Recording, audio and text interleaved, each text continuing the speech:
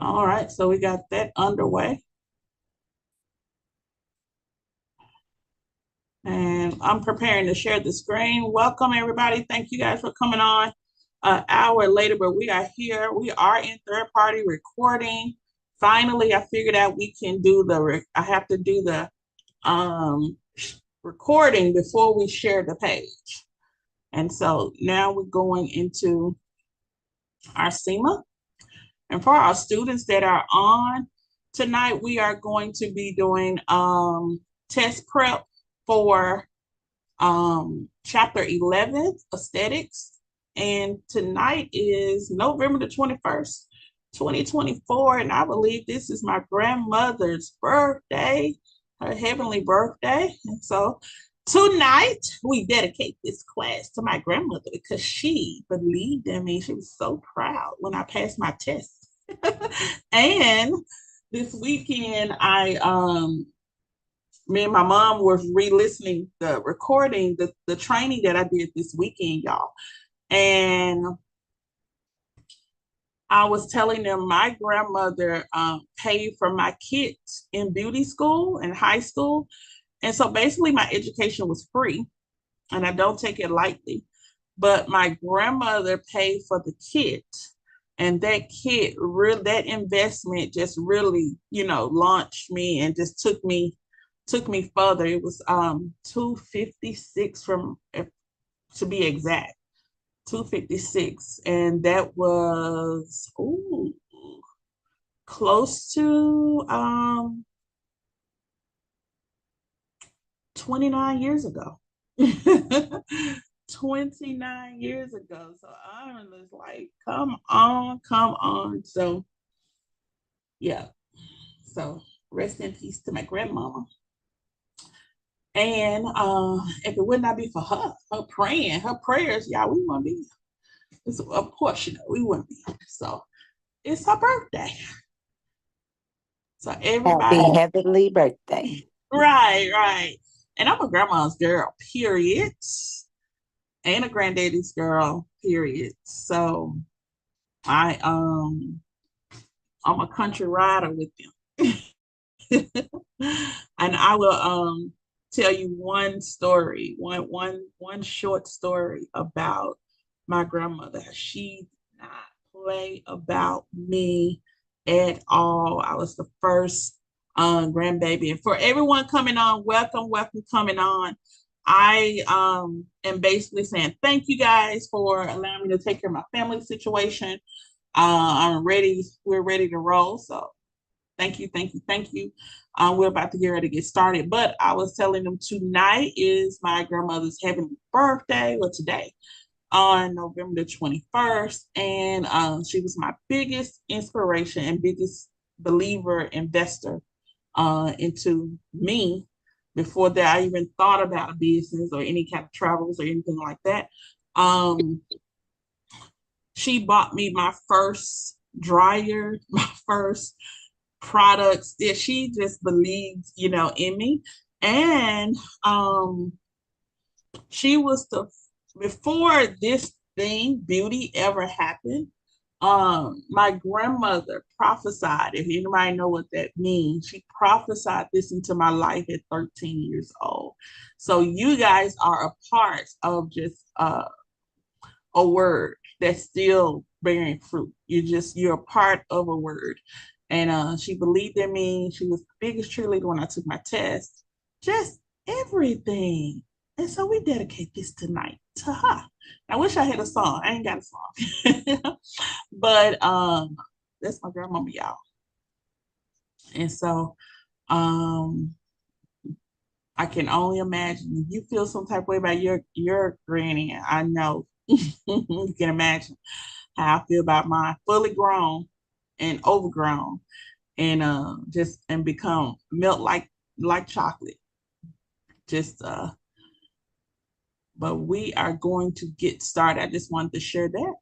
And we are in recording for on YouTube, so we can put this back up. It's a study session.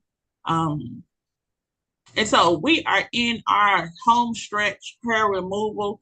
As a class tonight, we're going to do some word reviews. Remember, some terms are very, very important. We're going to do some word reviews. And we're going to do practice exam. What I want to do is go into the PowerPoint slide as well at some point tonight and just hit on a few things. I am going to post that study guide into the group. And actually, I'm going to create that study guide with you on here. Okay. So once I create it with you on here, I may create it as a link. And then you guys can go into the group, click it, and do the practice test, and it'll tell you what your practice scores are, okay, in preparation for the test on Monday. So let's get into it. This is match the word to its definition. Let's look at these terms that we have had. It's been a nice journey through this chapter. Now, what's only left is our hands-on training. We got lanugo, threading, epilation, terminal hair, glabella, and electrolysis. Do anyone, so what this has to do, we have to take these and match it to the term. All right. So anyone want to take a stab at one before we get started? Where's Miss India? Miss India was talking about one of these words the other day. And Sonny, when you were doing that brow, we mentioned several of these terms. When you were doing Jada, remember that? Yesterday, we mentioned at least two of them. Okay. So who wants to go? You have lanugo, threading, epilation, terminal hair, glabella, and electrolysis. So let's look at our choices. Longer, coarse hair that is found on the head, face, and body. Do you think that's electrolysis, glabella, terminal hair, epilation, threading, or lanugo? It says longer course Terminal hair. terminal hair. And yeah, it's also the roll call. I know you guys are clocked in, but go ahead and put your name in the chat. Terminal hair right there. Okay. Remove hairs from the follicles, waxing and tweezing. So this is a process. What do y'all think this is? It's a process. Removes hairs from the follicles, waxing, Epilation. tweezing. I'm putting it there. The area between the eyebrows at the top of the nose. Lanugo. Lagula. Who said something? It's not Oh, I lanugo. see.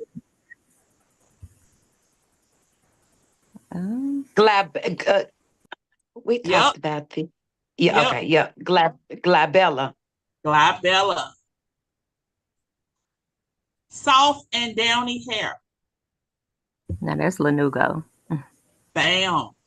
Removal of hair by means of an electric current. Electric. Electrolysis. There we go. Find your root words. Let's get back over here. Also known as banding. Threading. All right. Yeah. Y'all got all of them right. Okay, look, one time for your terms.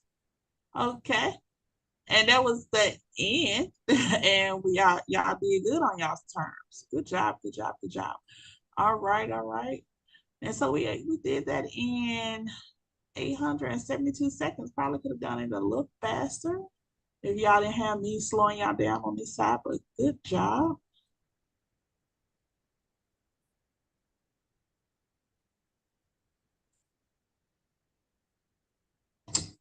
Okay, let's move on to our next one.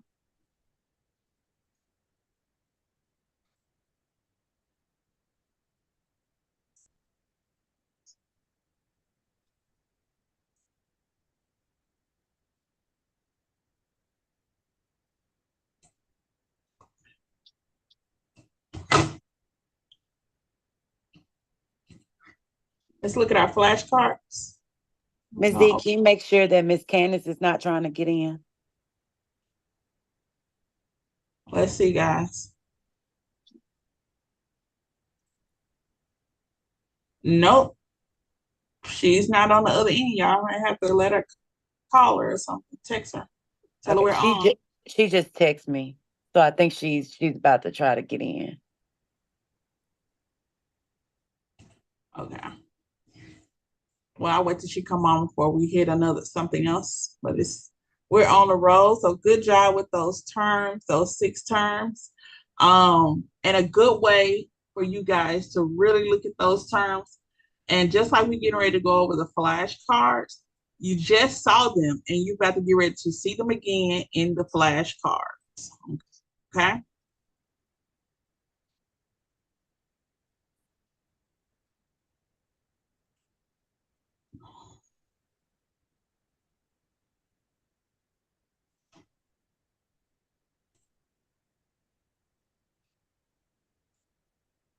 I open up the wrong chapter. It's chapter 11.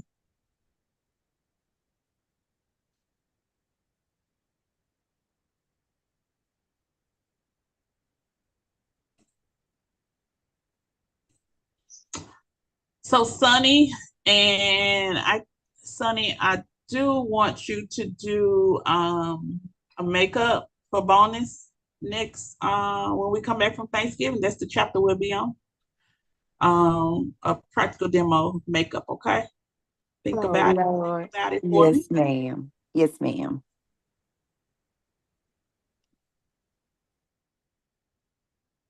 Okay, we got 29. Let's see, Miss Candace, is she on? Is she on? Is she on? All right, all right, all right. Good job, good job, good job. All right. She's not on, but we are recording. All right, so here's how these terms go. 29 terms. Um, you guys, how I like to do it, you guys are gonna give me not a read definition straight out of the book. I'm not looking for anything word for word. What I'm looking for is how you retain that information. Do you remember it? Anything about this term, I want you to call it out or put it in the chat. Anything you remember about this term, let's just light the chat up, put it in the chat, okay? So, trichology, also maybe pronounced as trichology. All right. What do you guys remember? It's the beginning of the chapter, trichology. What do you remember about this? I'm not stressing you for an exact definition. Just what do you remember about this term? I'm going to the chat. Let's see what we got. Combination of products. Okay. Okay, look, let me give you a clue. Anytime you see ology, it's the study of something. Okay. And try is like 3 things. All right. So it's the study of 3 things. Okay. Anybody remember? And a lot of people would say hair, there's other hair components. There you go. Study of the hair and the scalp. Let's turn. Yes. Scientific study of hair and its diseases and care. That's all 3 things: hair, diseases, and care. All right. What does this person look like as far as licensure? Um, Jemiah's on here.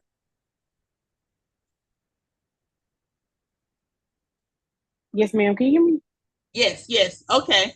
So you know the person I'm about to say. So trichologist is a person that studies the scientific study of hair, its diseases, and care. A good friend of mine, you know her, Miss Clinton, is a trichologist. She's not only a cosmetologist, which someone that does hair, right? They does hair, they does skin, they can do nails, the beautification, the cosmos, beautification of the body. All right. but you can go back to school and get a master's in cosmetology, and that master's and doctorate, okay? A doctorate, a trichologist is a doctorate level hairdresser, doctorate level, and it's a person that's already licensed, but they went back and they've continued, and you can get a master's in cosmetology aesthetics. You can also get a doctorate degree in the scientific study of hair, its diseases, and care. Once you get to the level where you are the trichologist, the doctorate degree, you are not worried about somebody styling and paying you $20, $30. No, you have mainly what they call a clinic. And people come in there just like a regular doctor's office. They file their insurance and you see them like appointments. Okay. And instead of talking about other parts of the body, you are examining hair, scalp, diseases, things going on with that, alopecia, all kinds of stuff related to that and the care of it. So you don't significantly have a focus on the style. You're worried about the health of the hair. What caused this thing to happen to this scalp? That's what you're worried about. Okay. And that is the highest level of beauty cosmo professionalism is a trichologist. So salute to my friend in Tupelo, Miss Clinton. Y'all look her up. I'm probably going to share her page later, but she is considered a trichologist. I have another friend, Dave Ray. He's a doctor. She's a doctor. He is also a trichologist. He teaches other hair doctors how to continue their practice and enhance their practice as hair doctors and medical professionals.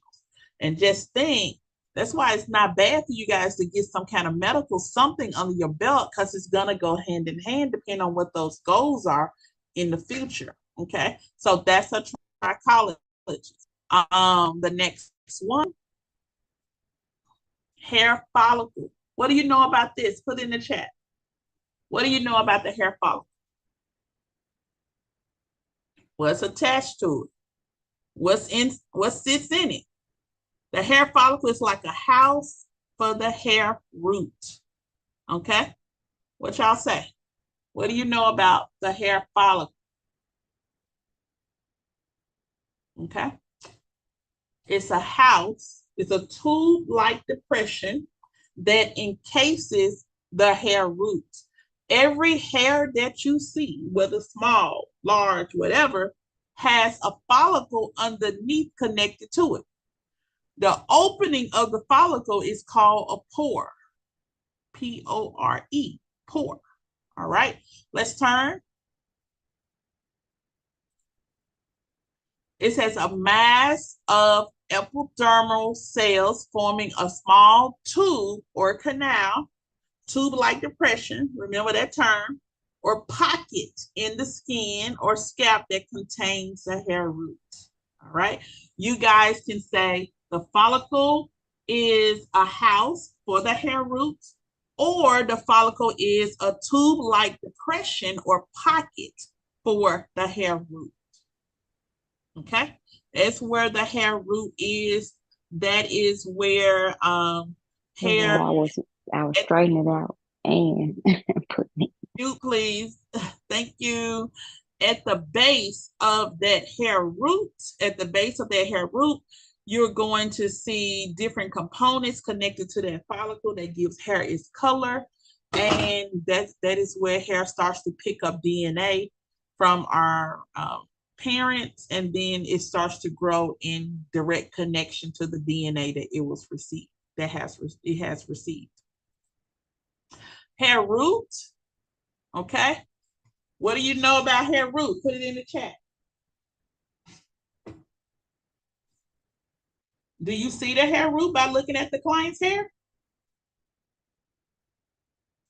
And it goes back to what I was just saying. Every hair has a hair root. Okay? Every hair has a hair root. Hair root, just like plants, roots gonna be where we start that growth process at. anchors hair to the skin cells, and it's a part of the hair located at the bottom of the follicle. Here we go.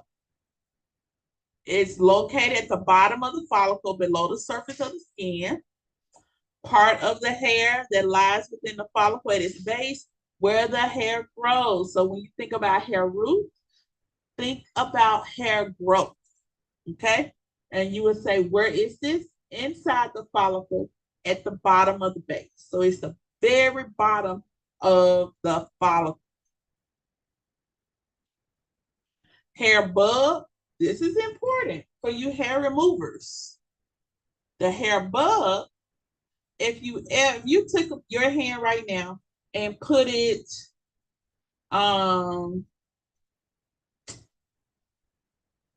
you took your hand right now, took your piece of hair off your scalp and you pulled it. If you saw a little white dot on the end of that strand, you pulled out the hair root. Okay? You pulled out the hair bulb. When that hair bulb is out, it's going to take that hair 14 to 21 days to regenerate. All right? And it's always another hair when that one is out that's coming up. And so you'll take for a new hair, there's already always something going in, something coming in when something's going out. And so if you are removing, just say eyebrows or any kind of waxing, you put the wax on, you pull the strip or the hard wax strip, and then you look at the strip. Bend the strip. When you see the white bulbs at the end of that hair that's embedded in the strip, you pulled out the hair root. Okay? The hair, you pulled out the hair bulb. I don't know why I keep confusing you. You pulled out the hair bulb. Once you pulled out that hair bulb, you can guarantee that no hair is going to grow in that area for about 14 to 21 days.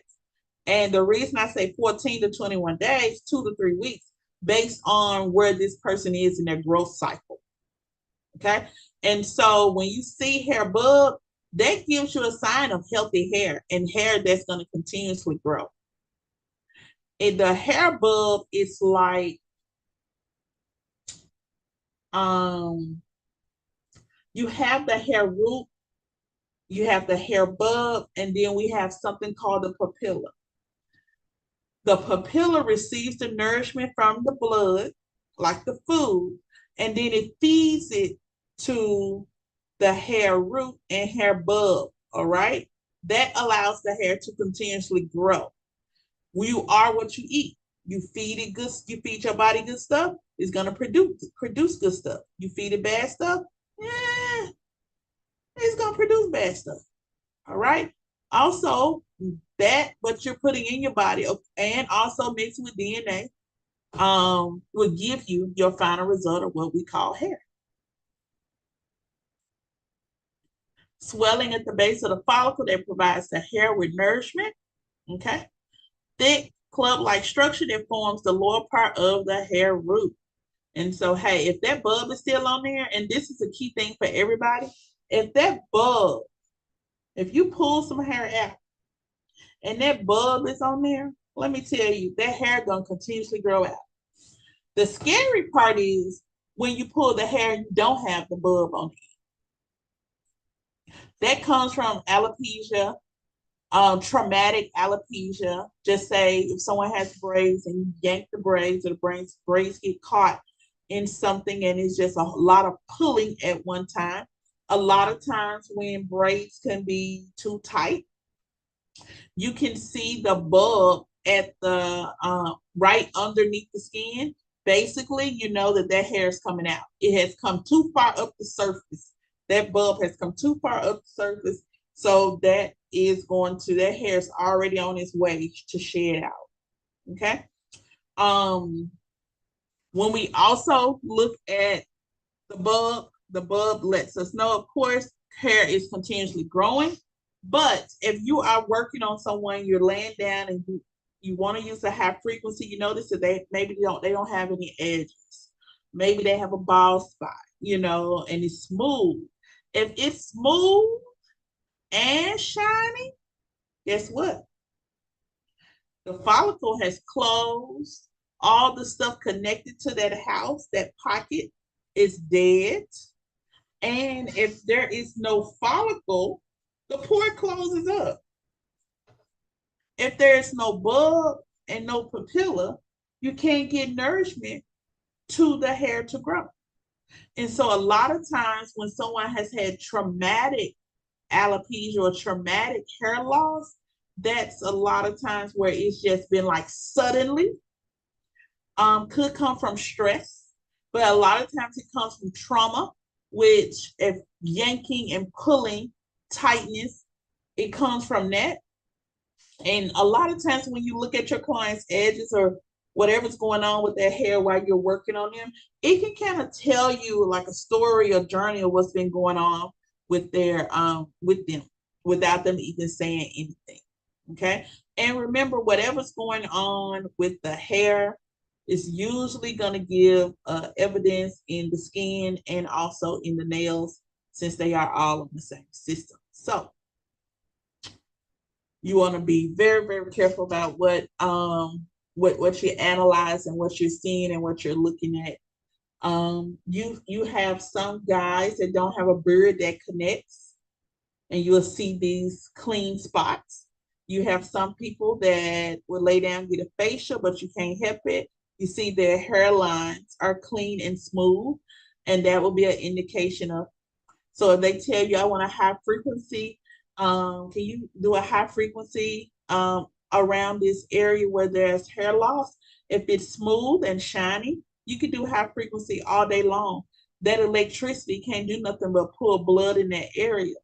Okay, it can circulate blood in that area, but hair is not going to grow because the components that hair would grow from don't exist underneath.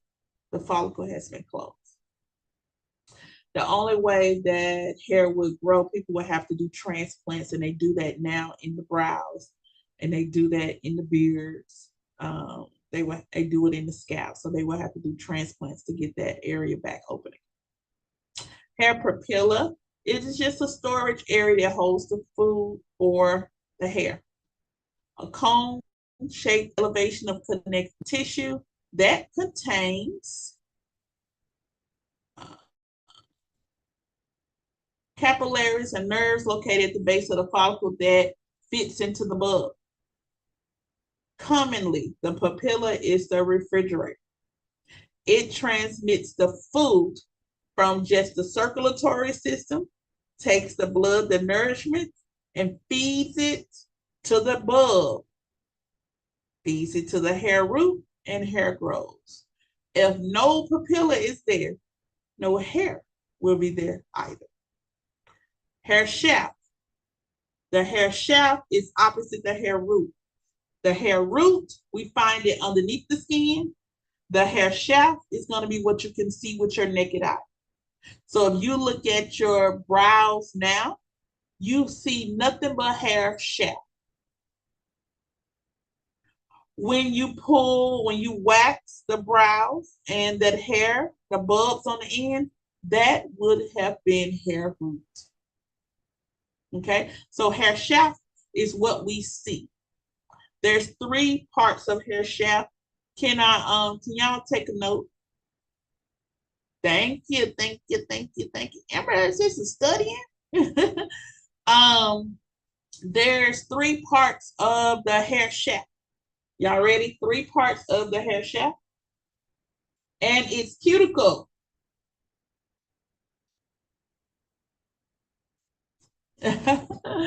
3 parts of the hair shaft. Cuticle,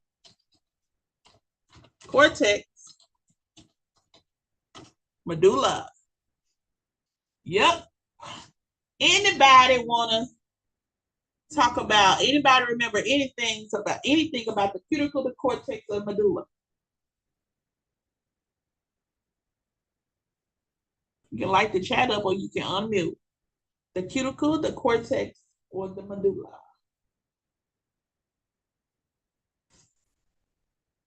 Yep.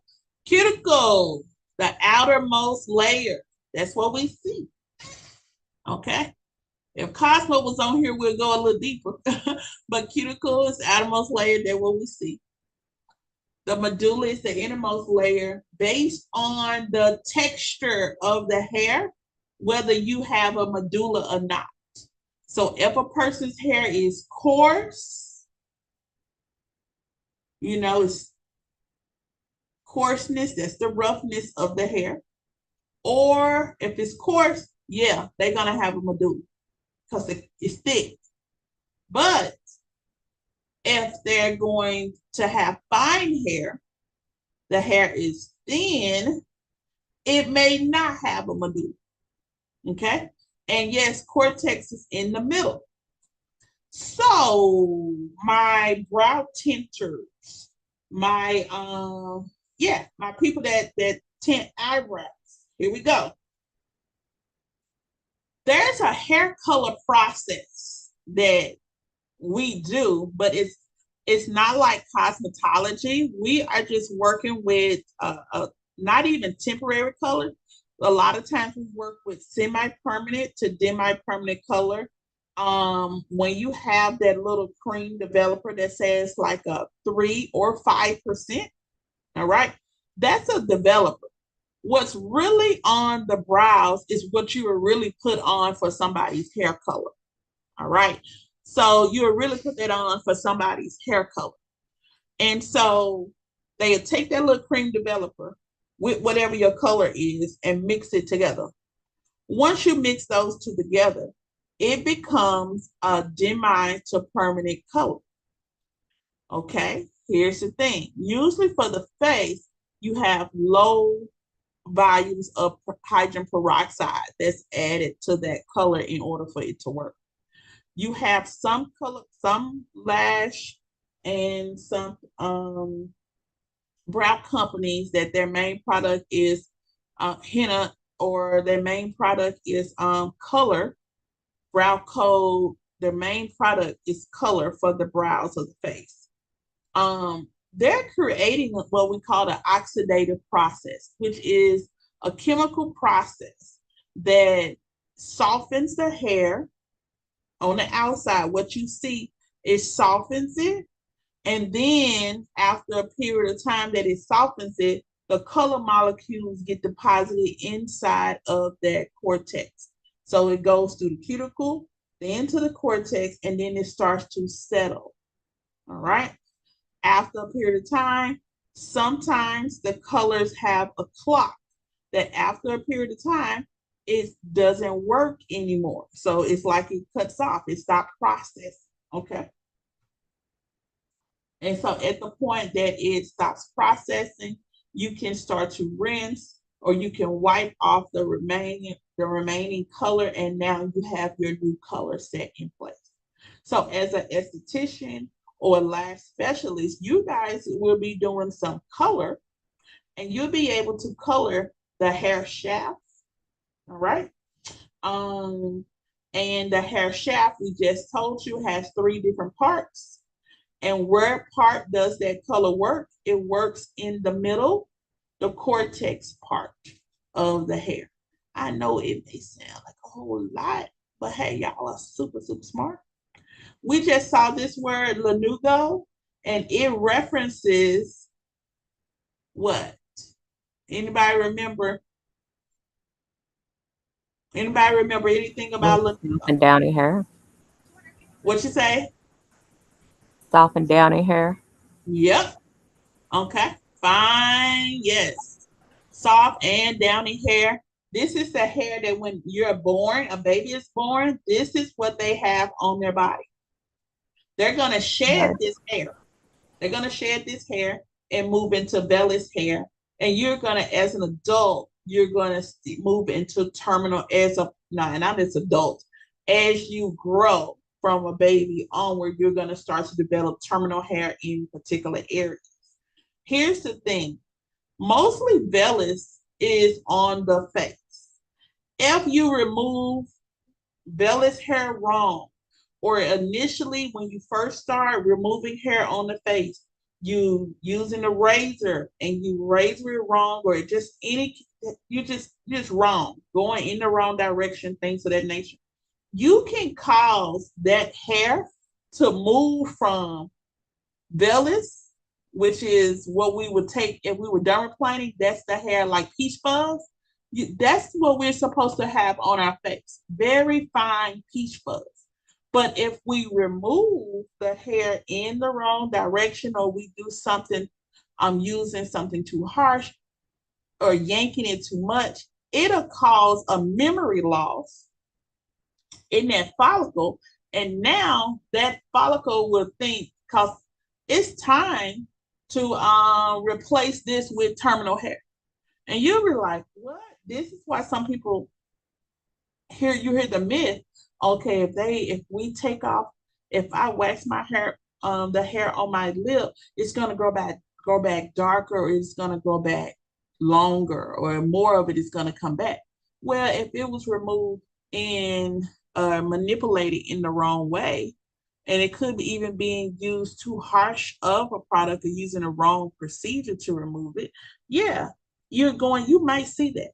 It's not so much a myth. You will see that. Your body, your hair literally shifts from where it's supposed to be over into terminal hair.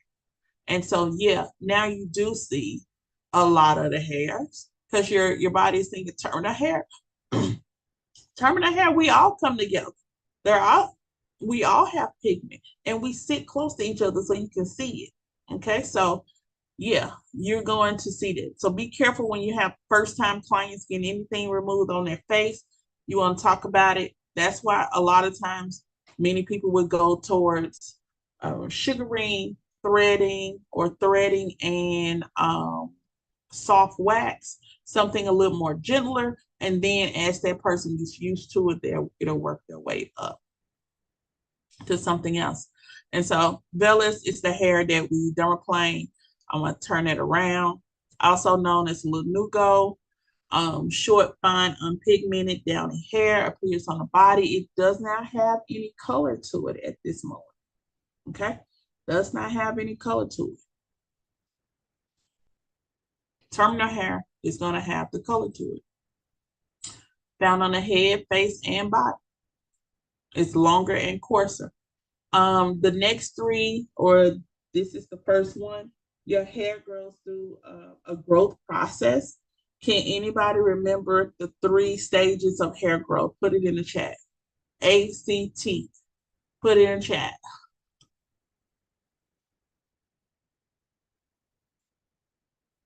Yep. Good job, Dynasty. Soft hair. Anybody remember the 3 stages of hair growth? ACT. That's the acronym. ACT. And the first stage is energy. ACT. Yep. Sonny says anagen. What comes out of energy? Catagen. Yep. And what's next?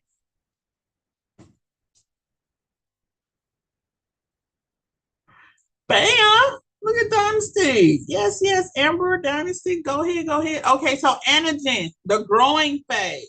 The hair grows in the anagen phase. All right. C, for catagen, your hair is resting. It's not in a growing phase. It's just chilling, because what it's finna get ready to do is shed. And then you have the telogen, which is the shedding phase. Okay. Your hair is majority of the time in the anagen phase. So that means your client's hair is almost always in the growing phase. The resting and the falling out phase, the shedding phase, is a very, very small window. And then you're back on to the growing phase. It's going to be very important for you to ask your clients detailed questions about their hair growth, especially if you are going to work primarily in the wax area, okay, in the waxing area of skincare. All right. If you're going to probably be doing Brazilians, you need to know, is there a time of the year that the hair doesn't grow? Okay. Is there a time of the year that the hair does not grow? Or is there a time of the year that it slows down? Well, everybody needs to know that in the spring and summer, hair grows rapidly. It's the slow down part, the fall, is the pause. And then most of the time in the winter, this is where you have some shedding, but it's a small window. All right. So it's good for you to ask your clients about times of the year. What have they noticed? All of that is going to help you determine where your client is when it comes to their growth phase. All right. And how is this important for you? If you wax a client from underarms, just say Brazilian, you wax a client on Monday and she calls the following Monday and say, hey, I got hair. I got hair growing. Number one, did she have previously, did she use another type of hair removal like a razor where it didn't get it all out? It left a ridge on there. And as it continues to grow out, it just growed out in between the wax period. So this person may need to be wet. Their first or second wax needs to be maybe within 2 weeks of each other. Now we get back on the same page. I can go a little bit longer. Also, this person may say, hey, based on how their hair grows, and sometimes with DNA, hair grow more rapidly than other people in certain areas. And so based on the DNA, this person may not be able to be a 21-week once a month Brazilian client. This person may have to be 14 just simply because of the way that how rapidly the hair grows. Okay, so it's something you have to have conversation with your clients, and they need to understand until we get 90 days in as clients, we're not going to understand. They're not going to understand, and you're not going to understand how their hair grow, what their skin does. I always tell people, if clients are coming to you, you need at least 90 days to give you, they need to give you 90 days for a turnaround. Because if they do anything else, you're constantly returning back to the beginning and you're never getting to a part where you can see some results and you will know where those results are coming from. Anagen, first stage. Catagen, second stage. Telogen is the final stage. Okay? This is where the hair sheds. So in hair growth, you have anagen for growing, catagen for pause, and then you have telogen for shedding. It's going to be ACT all the way. ACT just repeats itself. A syndrome, a group of symptoms that when combined characterize a disease or disorder.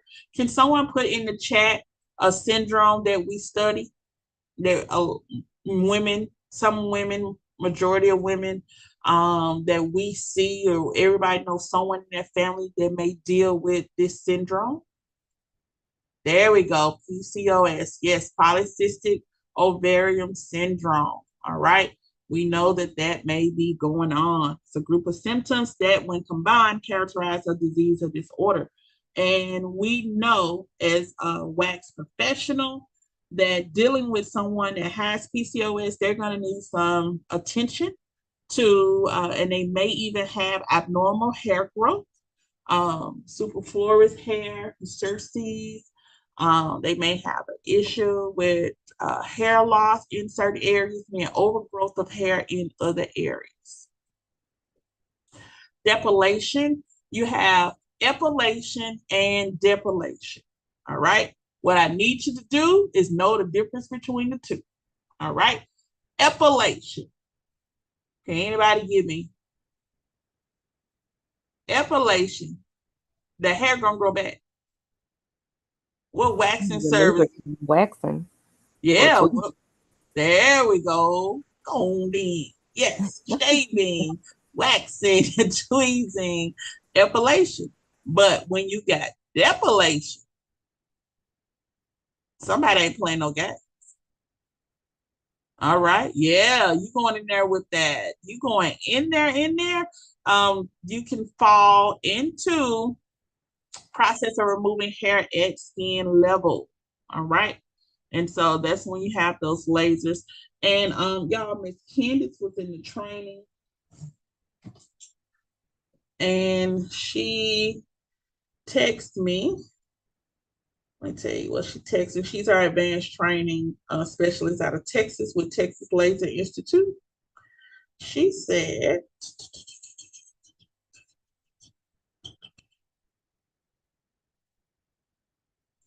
she sent some dates. Now I just need to find out. Yeah, she told me to look at some dates because she was ready. And I told her I'd take her to Graceland or give her a gift card to go to Graceland. So I had to, you just bribe your friends sometimes.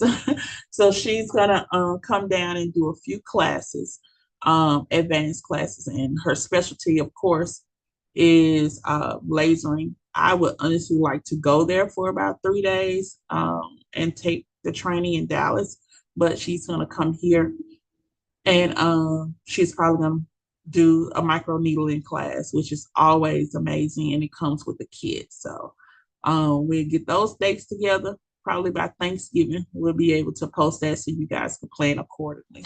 Micro needling and laser training. There we go. And when you talk about epilation, waxing, tweezing, depilation is gonna be removal of the hair at the surface. And we just keep going. There we go. Okay, substance used in caustic alkali preparation used for temporary, and we are talking about Nair, which is something. Here's what Nair does. It over process your hair. It literally burns through. It's like a relaxer. You put it on the hair. When you leave it on too long, what happens? The hair over processes. So in this case, drastically, the hair over processes, softens, melts, and then you wipe it off. So if the hair is being destroyed through that process, here's the thing about skin, and this is why you find people talking about lawsuits with relaxers and chemical services now.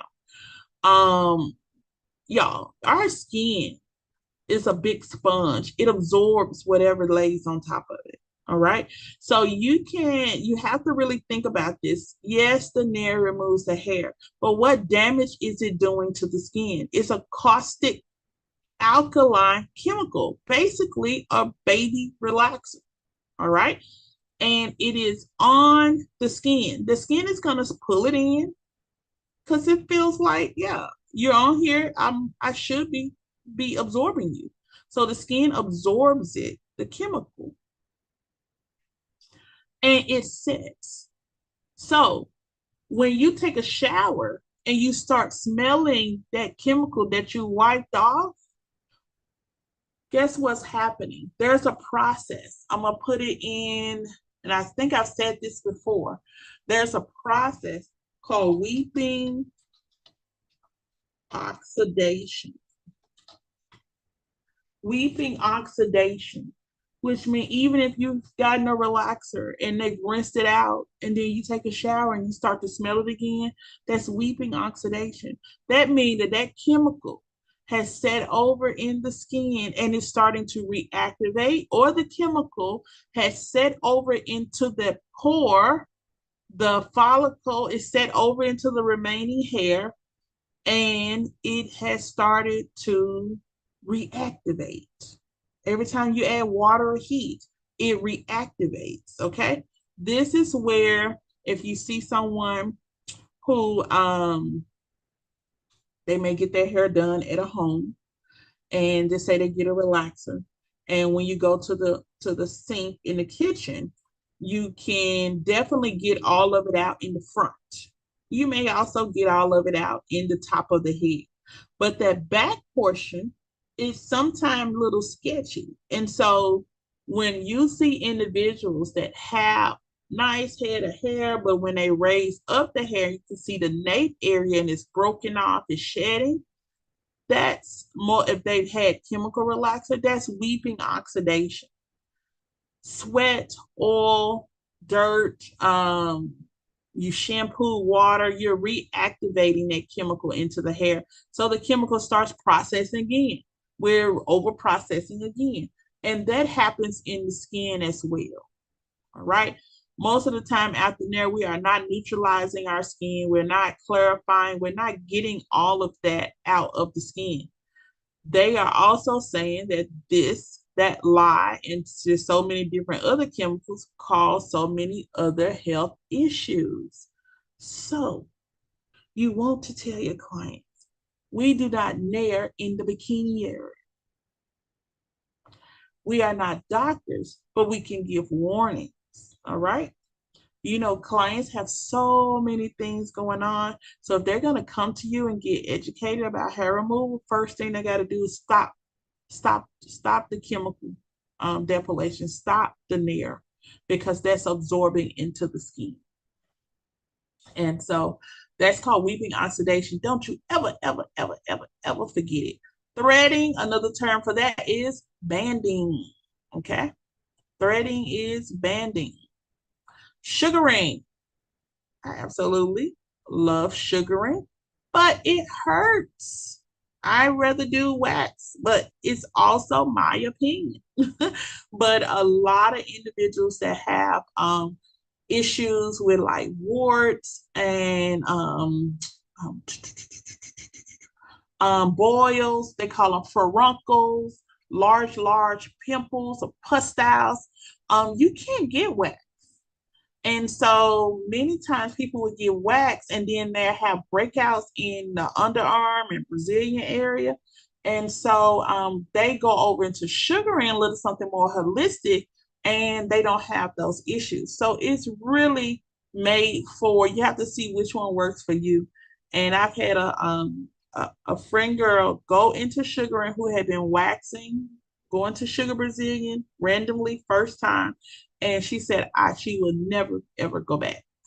I was like, okay, that is a pretty cool observation, but okay.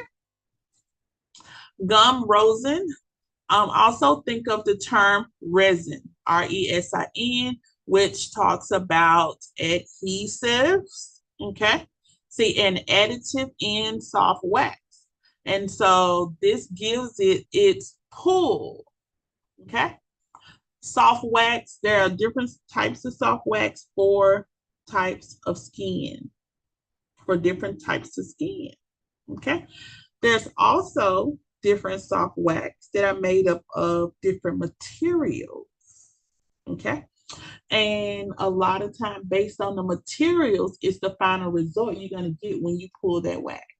Okay. And so, here's my thing. And let me just say this. We are not buying any wax from China or Korea. Leave that Alibaba wax where it's at. It's going to dry, it's going to burn, and it may even pull skin from your client. So please, in the chat, as a reminder, do not purchase Alibaba wax from China or Korea. If I'm going to purchase some from Korea, it's going to be Korea skincare, period. If you want to purchase wax from the Alibaba website, go and pick your countries. Your country should be Italy. It should be Brazil, South America. Those should be your countries. And then search for wax. Bam. You're going to get some of the best quality in the world. Okay? All right. Let me make sure y'all understand. Can somebody unmute and tell me what I just said? Make sure you understand.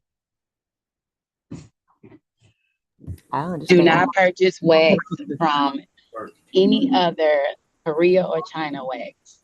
Use Italy, Brazil, or what was the other one? Like Spanish countries. Spanish countries. They Because it will have, pull the skin. yeah, well, yeah, China is not known that they will replicate products, but you don't have any hydrators. You don't have any moisture.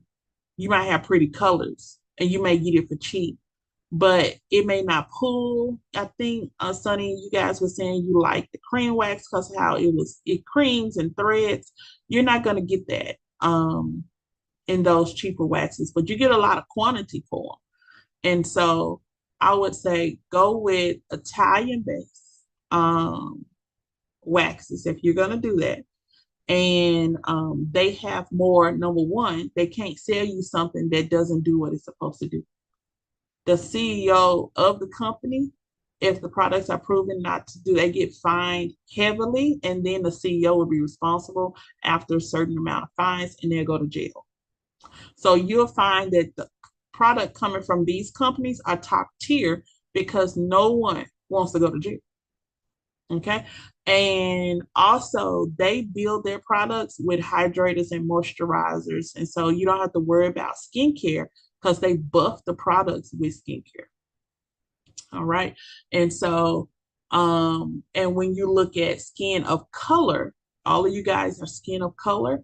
Skin of color, your Mexican, Hispanic, Spaniard, um, Black, African, are all Indian, are all from the same, our hair reacts the same.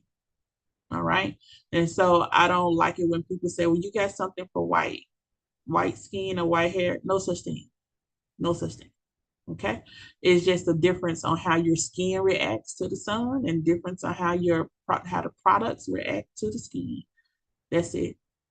All right. So you don't have a set product that you just use for certain skin tones. All right. So that was just a gem. Take it, store it, trade it in, do what you want to do with it. But if you're going to be ordering quality wax like that, you can change the countries. I hope you guys knew that if you were ordering Alibaba, you can change the countries and where you get the product and the pricing from. And if you ever, in your career, go to Miami, New York, or Las Vegas, they have a show. And it's similar to where we said Cosmoprof, but it's called Cosmoprof Show.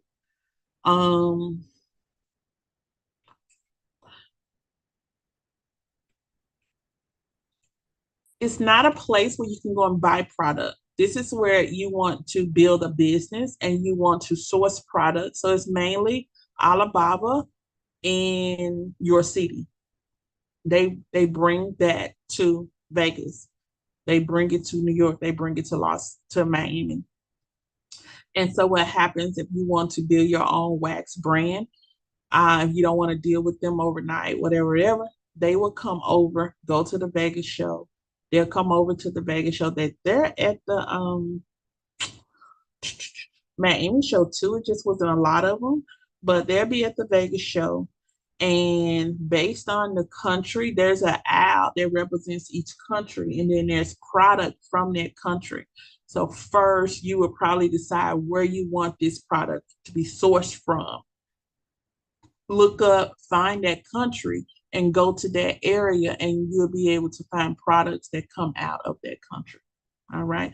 So just something a little easier. And for me, I like this and stuff everybody can get their hands on. So sometimes I do go to the Cosmoprof shows just to see what the pricing and just to get the business aspect of it before I come back around and produce a product. So that's amazing. Electrolysis. Milady has a course called Electrolysis and Waxing. And so it is an advanced training course. In Tennessee, the electrolysis, you're going to fall into the same category as microbladers and tattoo artists because if you're dealing with the needle and actually with electrolysis, it's the removal of a hair by means of an electric current that destroys the hair root. So you have a needle that goes into the pore and zaps the hair root, kills the hair root. If the hair root is dead, the hair cannot grow. All right.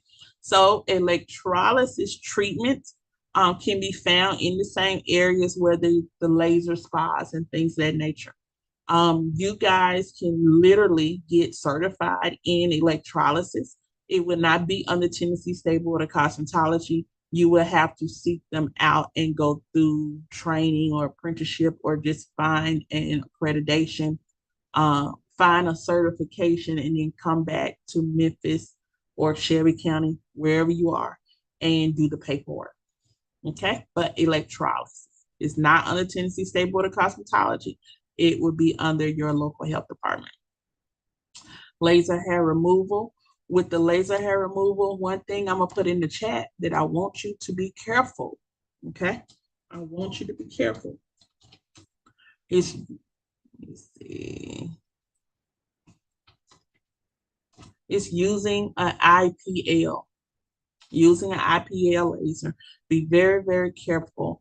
Photo generated light, kind of like your camera. That light comes, you hit it, bam, and then a burst of light comes out. Okay, what I need you guys to really think about, if we're getting rid of now this laser, okay, it's going to be one, great for evening out the skin tone. Number two, removing hair.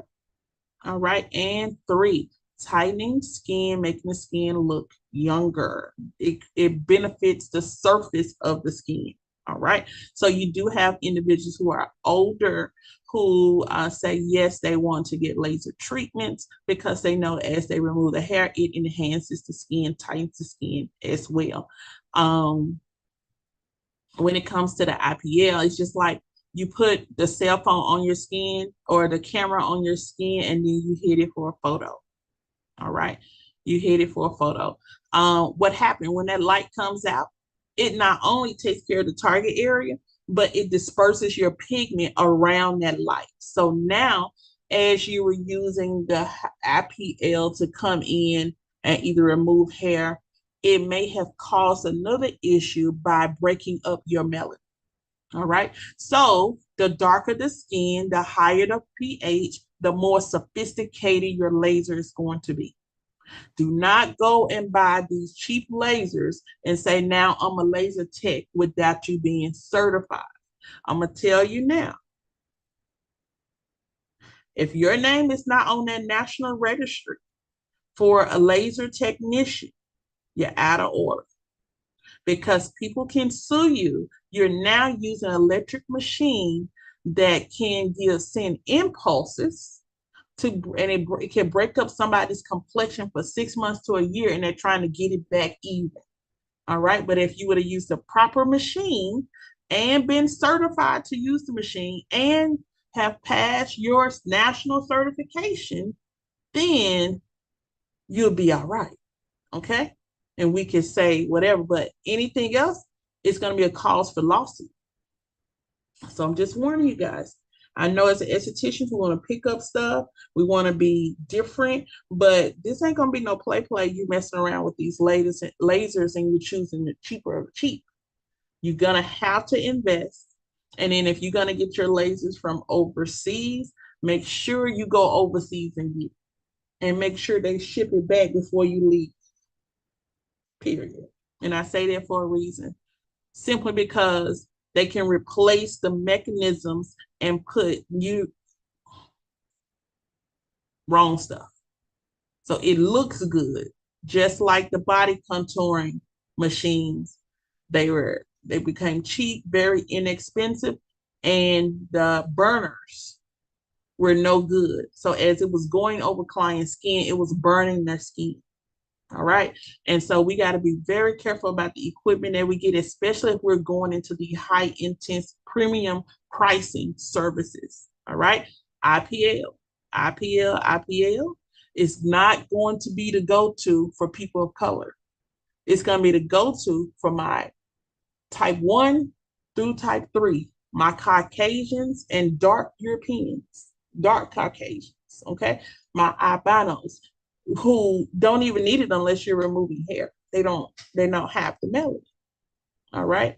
And so what always look good over there may not be good to everybody on this side. So I hope I kind of made that clear. A blend, modality, and modality, that needs to be a word highlighted. When you guys use the high frequency, when you use the galvanic. All of these have attachments to it, and they are called modalities. Okay, so somebody may say, yeah, you're going to give me aromatherapy facial, but what modality are you going to? Are you going to use a modality? And that may reference that there's another issue going on with skin pigmentation, the texture, or the skin is too oily. That may be another sign that there's an additional treatment that needs to be added. Okay. Modality of electrolysis, combining alternating current and direct current.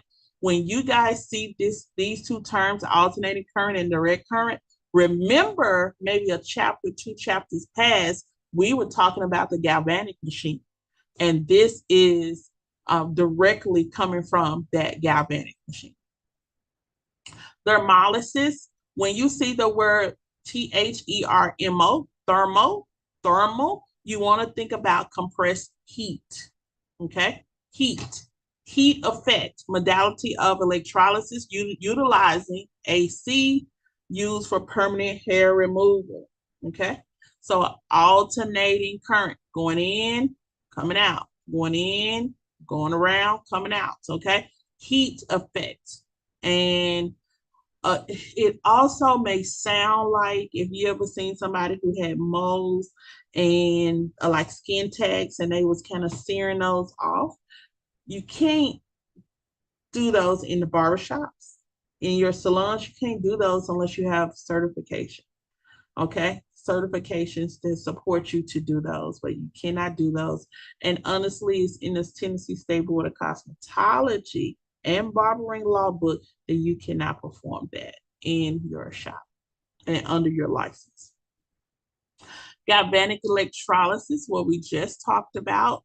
Now it's direct current. Okay, direct current, DC. Rosin, think of wax.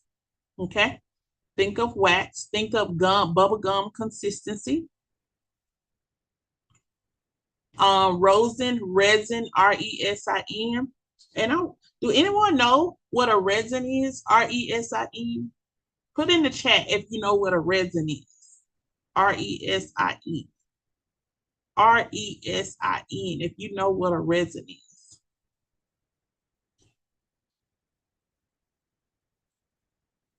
If you do lashes, a resin is an adhesive. If you wear nails, a resin is an adhesive. It's a glue. It's a glue. Glue, glue, glue. So whenever you see rosin, think of resin used in the manufacture of soft wax. What happens sometimes to adhesives, there are so many different types of adhesives. So not only does it reference gum, a gummy adhesive, but your soft wax has a component of glue, has a component of adhesive in the soft wax. So when people tell you, or you'll see the marketing that this soft wax is clean, this soft wax is better and beneficial for the skin. Honestly, none of it is. It's made of plastic. Okay, polyfilament fibers. It's braiding hair broken all the way down. That's why it hardens and gives you a stretch. All right. And so when we're doing any kind of waxing, it's, you have to ask the question now, are you allergic to any adhesives? And sometimes that may be the missing thing why people are like breaking out or whatever. And you never thought that adhesive, a glue, would be in the soft wax, but it is. Also, if someone is allergic to braiding hair, someone is allergic to plastic, they can't have a certain type of material on their skin, and they're getting hard wax or getting a wax service, whether it's soft or hard, go back to the wax and look at the ingredients. It may be the wax. The one ingredient in the wax is causing their skin to have an allergic reaction. So that's something to always check out. Cachexia, A hard wax used to modify the melting point and provide increased strength to hard depilatory wax. All right. So this is a hardening component that's added to the hard wax. This is hard wax has a clock. All right. Which means the clocks come in a premium and standard, probably a lower standard too. The more premium, the more the wax is going to be. Because hard wax, as soon as it comes up out the wax pot, the more you turn, the air hits it, it's now starting to harden. That's why sometimes when you're going round a million times and then you finally put it on the skin, it just balls up because it's not no good anymore. So it's a loss of wax at that point. You can't put it back in the pot. So you have to study, study, study. And when it's time for you to get on a client, you have to remember these steps are going to go fast. Okay. These steps are going to go really fast. Hard wax. My favorite hard wax has a hardening of 4 to 5 seconds, which means soon as it comes out, I got 5 seconds to get it on that person's skin, that person's body, and start applying it. Okay. And as you'll see, you start applying it, that hard wax starts to firm up. So if you got a hard wax that doesn't firm up, it may have, you know how sometimes we can say something over processed, but a lot of times when the wax pots are left on and the wax is really high, it can cause the makeup of the wax to the ingredients to separate. Okay. And so we call that burning of the wax. So when you leave wax pots on and you put it on and you leave it up to at 100 something all the time, you might as well throw that wax away because the ingredients have now started to separate. And yeah, you're going to have something that looks like wax, but it's not going to remove any hair. Okay. So it will be time for you to get new product. So that's a hard wax used to modify the melting point to give it a consistency in the melting point and provide increased strength to the hard depilatory wax. Okay, Kananuba. Let's turn. A hard wax used to modify the melting point and provide increased strength. So this keeps it from breaking.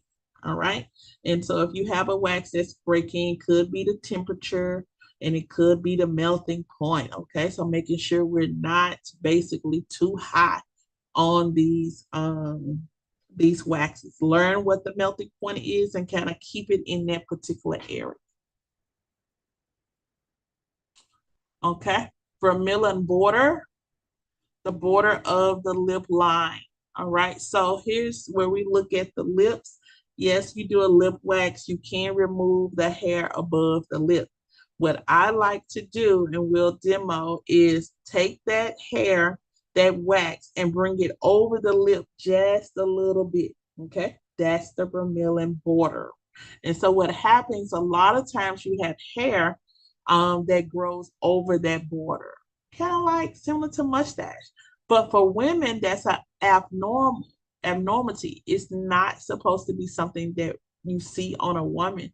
And so when you're doing the lip wax, go ahead and come down a little bit over that line and remove. So you're removing hair on the top lid and on that border as well.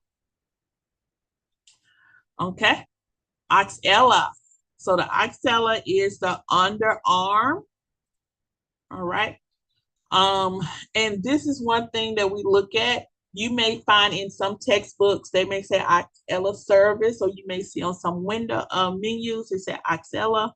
That's simply underarm. The correct professional and anatomical term for the underarm, the region between the arm and the thoracic wall, breast wall. All right.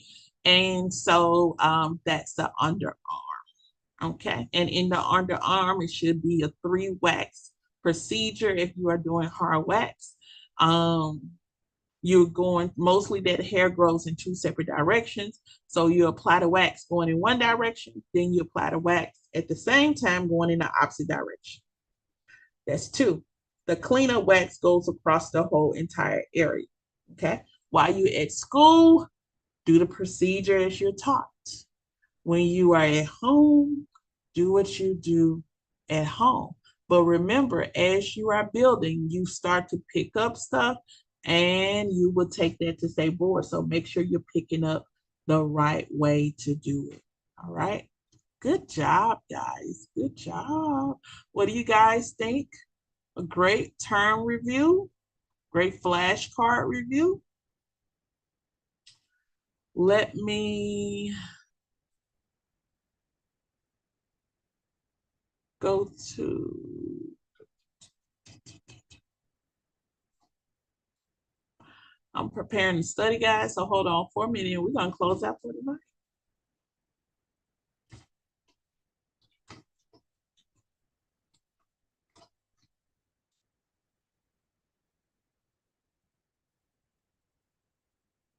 Hold on one moment. Hold on one moment.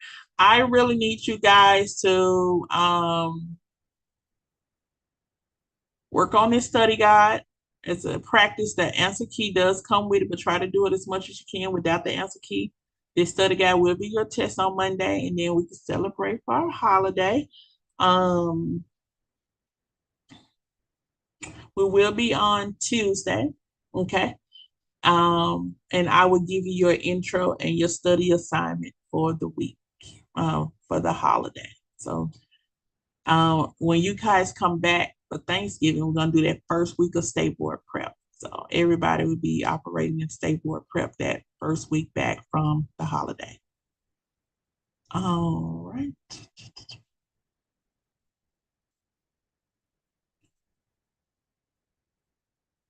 Awesome, awesome, awesome. All right, guys, come on and make a test with me.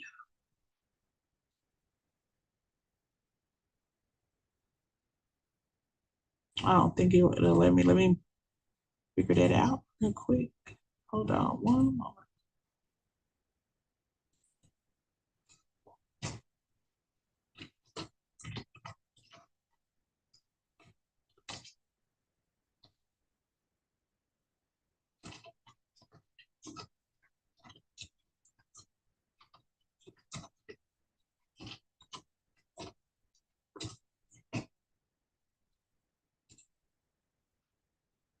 Let's see, go back here. Share.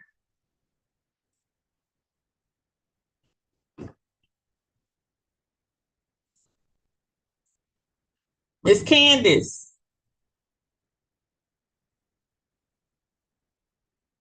Yes, ma'am. How many test questions we doing?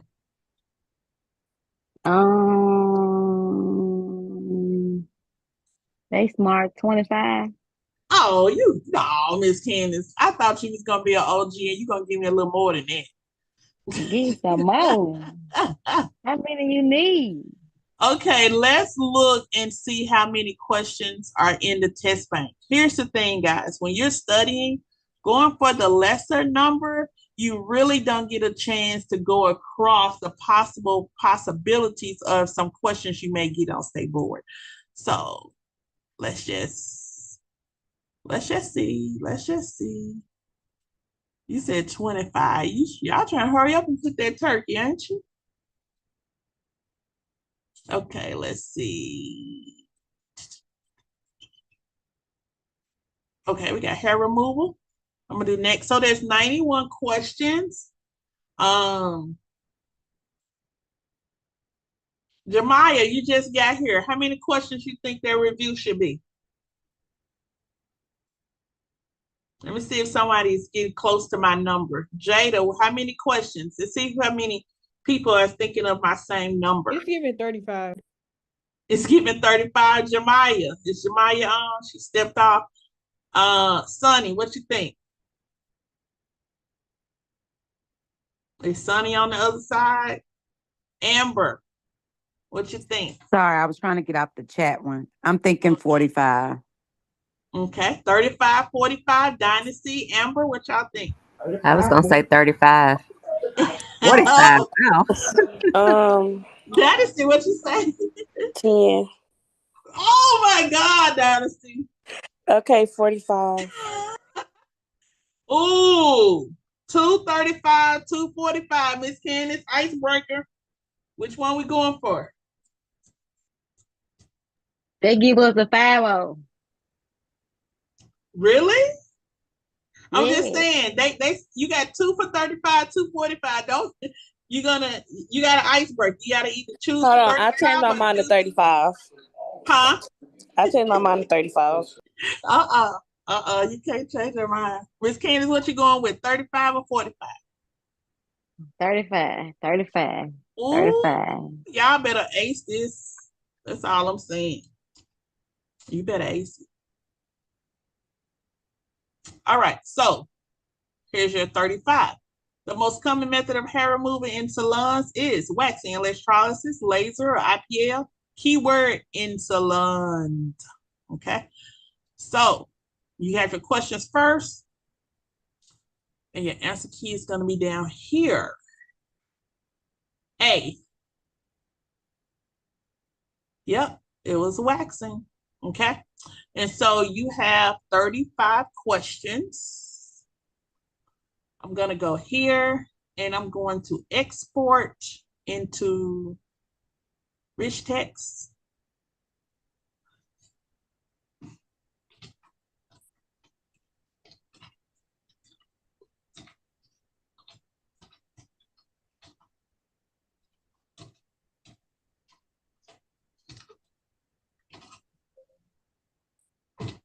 Mm,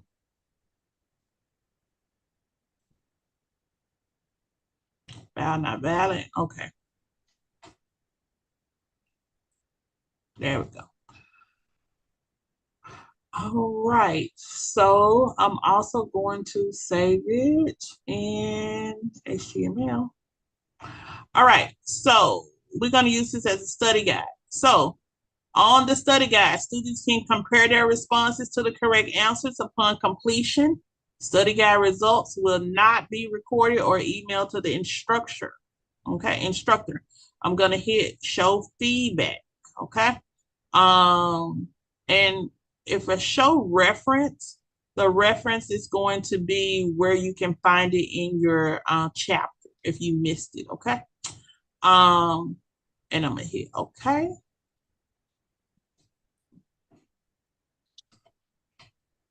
So this would be dropped in. I'm gonna drop both of them as files. This one would be one that you can click and do on your phone, like choose the right answer and then hit submit and it'll tell you how well you did. And also you have the practice test inside of SEMA, inside of the chapter as well. So it's a lot of reference to what we need. All right. So that's it. Want to make sure we got everything. Go to test. Well, here.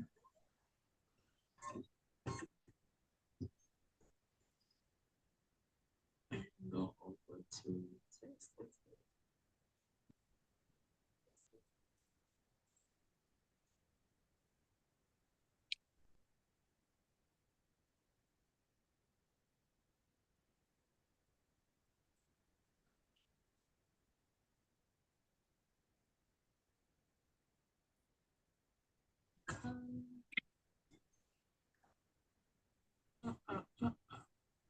So this is why we do a check.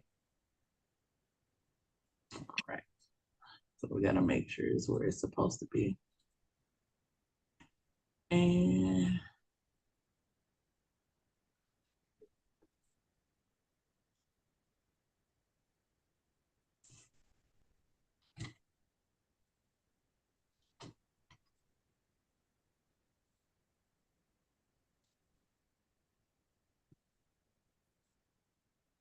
yep. And go here.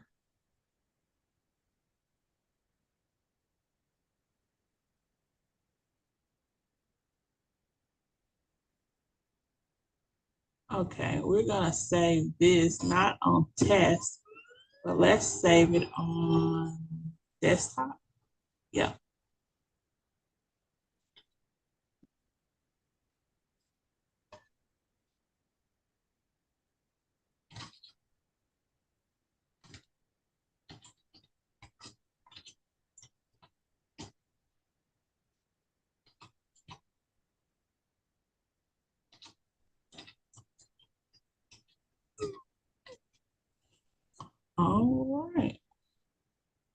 let's go here.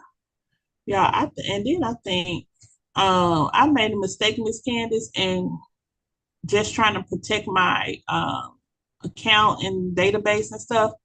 I erased all of my like set passwords. So I don't even think I can get into my Facebook from here. What? But I'm gonna try. I mean, I know, right? I mean.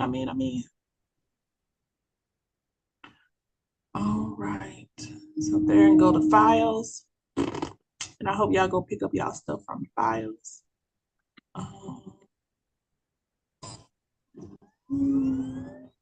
Desktop.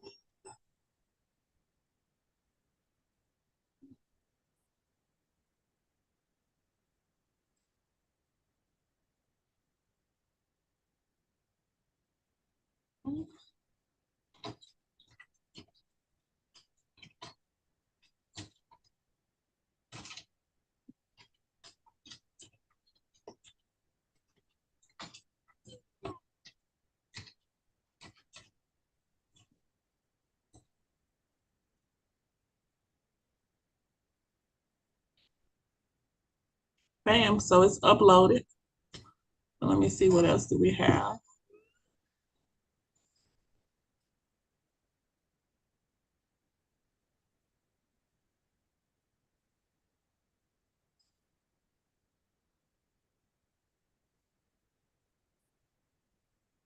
Okay.